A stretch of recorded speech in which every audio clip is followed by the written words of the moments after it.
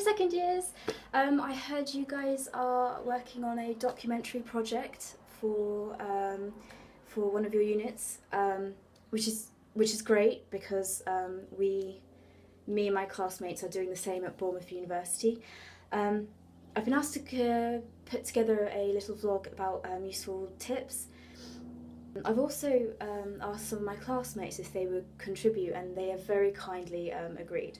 Okay, so if you're doing like group work, you need to make sure that you do work together really well, and it's not like giving all the work to one person. You need to like distribute it all, and you also got to like plan it. You can't just like do it on a whim, because that was a mistake that I did on our last one. We just decided to go get the camera and just go for it, and basically it didn't turn out as well as we thought it would. So before you actually do your documentary, make sure you have a quick like brainstorm with your group, and it will turn out so much better, because our next one, which is tomorrow, is going to turn out amazingly.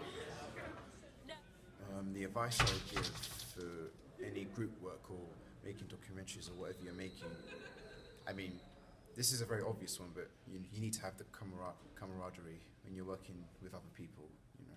Because if the people in your group aren't working well together, then your group project won't turn out as well.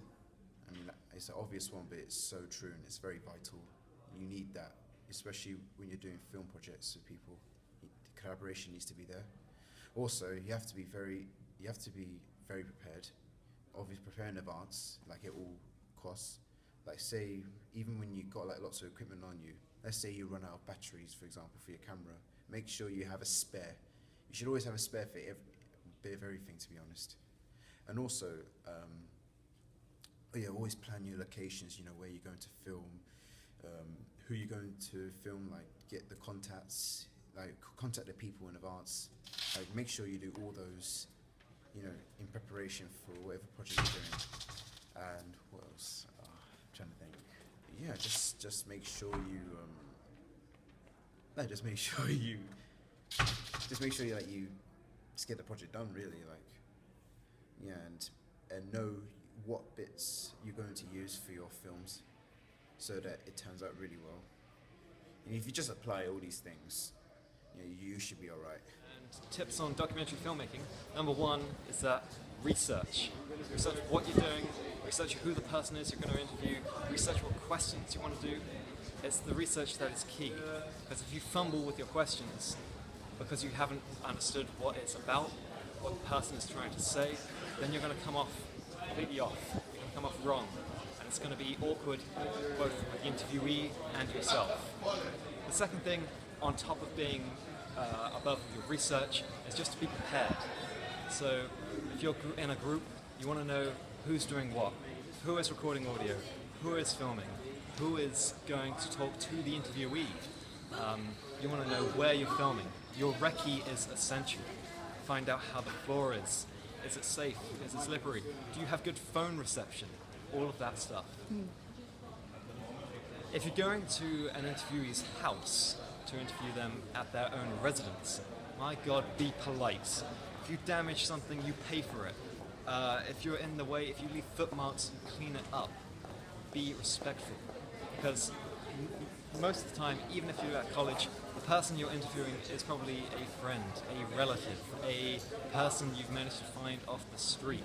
They're giving up their time for you. So be respectful for that. Likewise, in addition, when you're setting up your interview, don't just leave them in the chair and set stuff up. Talk with them. Say, oh, excuse me, I'm just going to set this camera up. It will only take a few minutes. I hope you're okay with that. Oh, yeah, I'm fine with that. Talk with them. Say, oh, would you mind just saying a few questions so we can get the audio levels right? Do you mind sitting left and right? Talk with them. One of the main tips I would give you is to experience. If you can get yourself a camera, buy one. It is quite expensive, but it's totally worth it if you take time to experience with it. Try learning what ISO is, what shutter speed is, all these little details. Have fun.